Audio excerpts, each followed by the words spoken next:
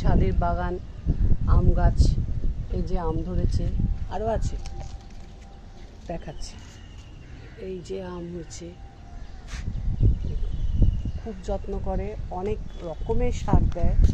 তবে কী রকমের সার দেয়, কী সার দেয় আমি বলতে পারবো না। কী সব নিয়ে আসে হাটের থেকে, সেইগুলোকে আবার মিলিয়ে নেয়, মিলিয়ে নিয়ে সেইগুলোকে মাটি তৈরি করে, মাটি তৈরি করে সেইগুলো এই গাছের গোড়ায় গোড়ায় দেয়। এই বেগুন গাছে প্রচুর বেগুন হয়েছে, কিন্তু মালি বেগুন গাছটা ভালো দেয়নি। ওর বক্তব্য এর থেকে বড় টবে হয় না বেগুন, কিন্তু প্রথম দু একবার পেয়েছিলাম বড় বড় বেগুন। এরপর থেকে আর বেগুন বড় পাওয়া যাচ্ছে না, ছোট ছোট বেগুন হয়, কিন্তু অনেক ফলন। এই হচ্ছে বকফুল গাছ, এই একখানা বকফুল আমি এক্ষুনি পারলাম, লাল বকফুল গাছ। দেখুন অনেক ফুল হবে, এখনো হয়নি। এটা আমড়া গাছ। এই হলো সবেদা গাছ, সবেদা গাছেও প্রচুর ফলন, সবেদা ভালোই হয়।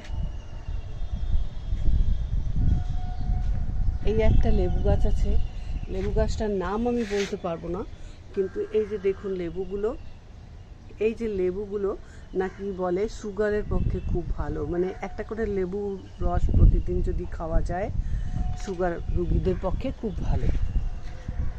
এটিও একটা বকফুল গাছ, এখনো সবে ফুল এসেছে কিন্তু ফল হয়নি, ফুলগুলো এখনো হয়নি। এটা করবী ফুলের গাছ, অনেক ফুল হয়। এটা পাথরকুচি গাছ,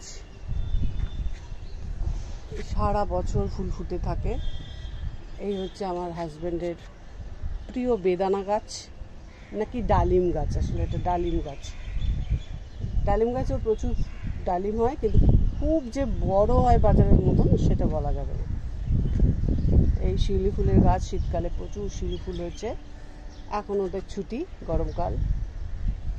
এই হচ্ছে কারি পাতা, যখনই লাগে কারি পাতা সাম্বার ডাল করতে, সাউথ ইন্ডিয়ান কিছু আইটেম ধোসা টোসা করলেই এখান থেকে ছিঁড়ে নেওয়া যায়, বাজার থেকে কিনতে হয় না।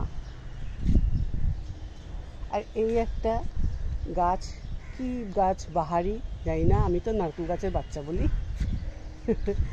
আর এই হচ্ছে লতা ফুল গাছ, এটা অনেক ফুল হয়, সবসময় ফুল থাকে না, এখন গরম, প্রচণ্ড রোদ্দুরের তাপ, অনেক ফুল কমে গেছে গাছ গাছালিতে।